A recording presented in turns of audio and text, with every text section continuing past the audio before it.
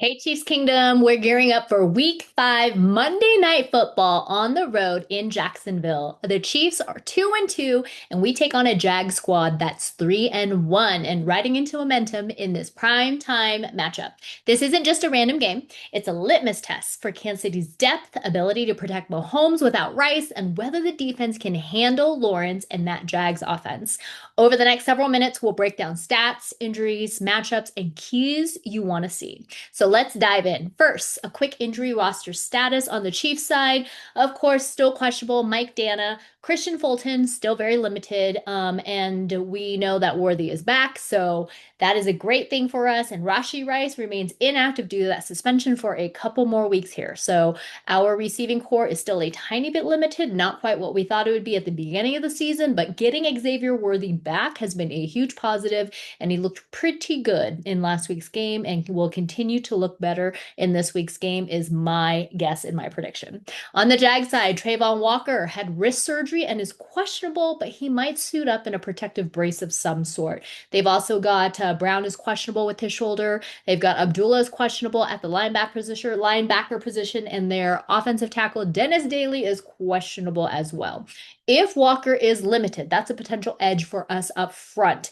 If Brown is limited, Jacksonville's passing options shrink. So keep those names in mind as we talk. With that in mind, let's talk about how the Chiefs can attack, starting with the offense. Without Rice for a few more weeks, we will lean onto Hollywood Brown, Juju Smith-Schuster, Tyquan Thornton, and of course, Xavier Worthy, fresh off return and looking pretty good to stretch the field. Kelsey, always a centerpiece, and I expect Mahomes to look his way often in this game, especially in a two-man coverage or seams over the linebackers.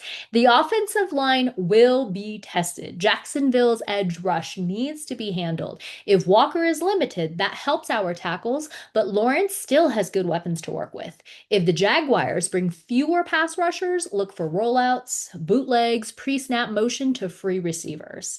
Don't sleep, though, on run and play action. If Pacheco gets room, linebackers are pulled in, opening passing windows behind them. Also, watch for the quick game passes, screens, slants. These are great ways to counter aggressive pass rushers.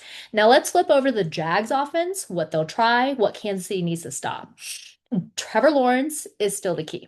If Kansas City's front line can pressure him or collapse pockets, it forces mistakes or quick throws. If Brown is limited, Jacksonville's passing will lean more on Evans or other wide receivers. Their run game will also matter in this week. If they can mix that in, it keeps our off defense very honest. Now, the interior line health. If their tackles or guards are hurt, Mahomes can try stunts and overloads on the inside. Now, big play threats, you need to account for those intermediate and sideline routes. Don't allow easy completions to happen, so we got to limit those any way that we possibly can. And then on third downs, of course, they're going to try to convert and make it work for them. So with the offense broken down, let's move over to the defense and see how Kansas City's defense can win this game. Pressure is everything, so whether Walker is limited or not, Kansas City must bring the heat. Use Chris Jones, George Karlaftis, interior stunts to disrupt the game. We got to contain the edges, so we can't let Lawrence or the running backs escape, especially being disciplined on the edge is essential. Linebackers and safeties need to stay assignment sound this week, especially if the Jags run, play action, or any misdirection. In the secondary, whoever is matched on Brown or other Jags receivers must hold up. It's likely going to be McDuffie or Cook, whoever's in that slot boundary position. Turnovers and third down stops for this game. If Kansas City can force punts to happen and get the ball back, that's going to help tilt the momentum. Now, don't forget the red zone defense. The Jags will try to punch it in, especially if the drives stall. So here are a few X factors to watch for. Walker's availability. How limited is he, if at all? And Worthy and our wide receiver group performance, can one or two receivers break through in this game? How about the run game mix? We love to see a healthy run game mix and who controls the line of scrimmage. Now, if Kansas City can hit Lawrence early and often, that's going to change everything with momentum.